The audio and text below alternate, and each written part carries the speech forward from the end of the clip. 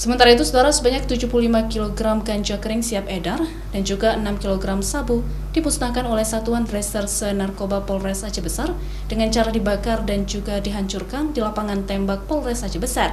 Barang bukti narkoba ini merupakan hasil pengungkapan sejumlah kasus sejak awal Januari tahun ini.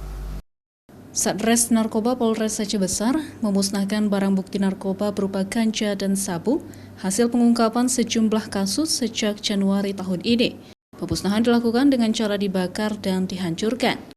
Adapun barang bukti narkotika yang dimusnahkan berupa ganja kering siap edar sebanyak 75 kg dan juga sabu seberat 6 kg. Tersangka dari kasus peredaran narkoba ini ada yang sudah inkrah dari pengadilan dengan vonis hukuman 5 tahun hingga 20 tahun penjara. Dalam tahun ini, tim Satres Narkoba sudah berhasil mengungkap 19 kasus tangkapan peredaran narkoba. Kebanyakan tersangka adalah wajah baru dalam dunia kelam narkoba, namun tak sedikit juga residivis yang kembali ditangkap karena kasus ini. Kan yang untuk sabu itu sudah inkrah, sudah vonis, ada yang 25 tahun, ada yang 20 tahun, ada yang 15 tahun, bahkan ada yang 5 tahun. Untuk tahun ini saja kita sudah 19 LP, jadi 19 tangkapan. Ada mengalami peningkatan. Jadi banyak ya pemakai-pemakai pengguna narkotika baru atau pemain baru.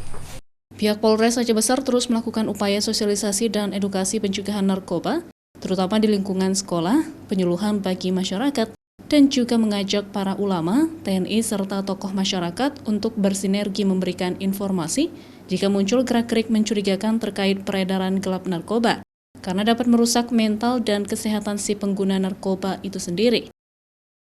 Nova Misdayanti, Kompas TV Aceh Besar.